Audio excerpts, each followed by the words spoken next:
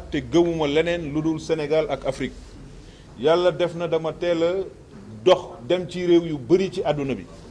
mais li ñu yàlla defal ak xel mi ñu mayu ko benn xeet ñun ñu war a dëkk di des ci ginnaaw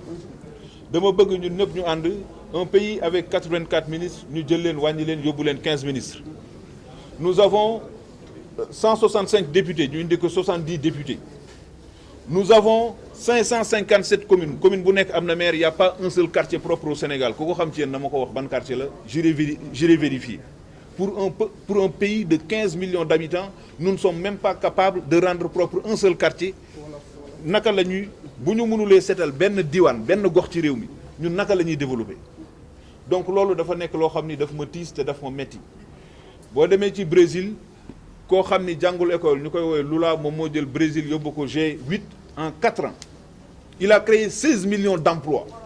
16 millions d'emplois 16 millions c'est plus que la population du Sénégal te amul certificat d'études primaires bi mu defee 4 ans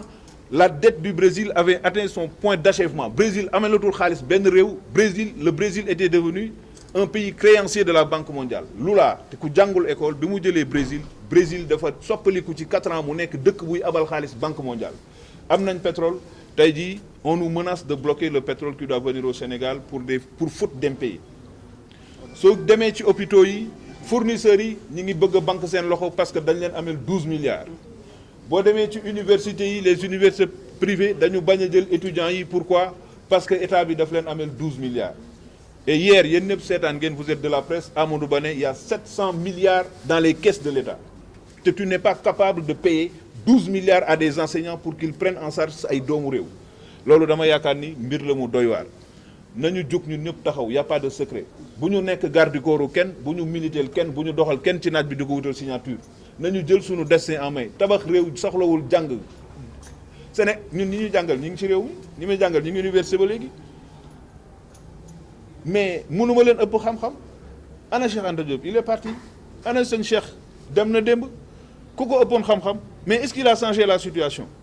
mbir mi du xam-xam bëgg sa réew mooy tax réew mi jëm kanam américains yi liggéey lañ xam chinois yi fu ñu toll dañuy liggéey ñun nag africains yi yaakaar nañ ni wax mooy tabax àdduna il faut que ça cesse le moment est venu pour que ça cesse on nous a suffisamment raconté de mensonges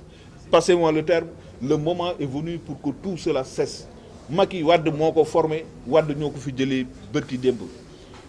Abdou Diouf Senghor moo ko formé gis ngeen fi ñu mujj ak moom may dégg ñu naan na Karim ñëwaat na keneen ñëwaat ce que Ablaye Wade n'a pas été capable de faire vous pensez que Karim va le faire pour le Sénégal moo ko dàqa jàng ëpp ko xel ëpp ko fit ëpp ko xam-xam son père a échoué je ne crois pas que c'est lui qui va nous sortir de cette situation là le moment est venu gars yi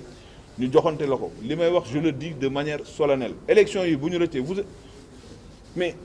à chaque fois que nga voté nit c'est 5 ans de ta vie que tu lui laisses bu dee chaque année bu dee 5 ans yu jot nga joxe sa dund dina am 5 ans yoo xam ne dootu la fi fekk dund dafa am temps ce n'est pas pour rien que ñu ne l'âge de la retraite est à 60 ans pour lan boo amee 60 ans booy wër liggéey kenn du la jox liggéey ñu war a bàyyi ñooñu dañu diriger ba kañ il faut que ça cesse dafa jot gaa ñi nañu taxaw ñu am comme ni ñu ko waxee sunu slogan ngor jom ak ngëm sunuy maam loolu lañ ñu fi bàyyil soo waxee ñu ne mag ñi ñoo tabax réew mi mag ñi tabaxuñu réew yi ndaw ñëwoon ñoo tabax Sénégal parce que bi ñuy taxaw kenn ci ñoom amul 40 ans yu mat le moment est venu pour que ñun ñëpp ñu taxaw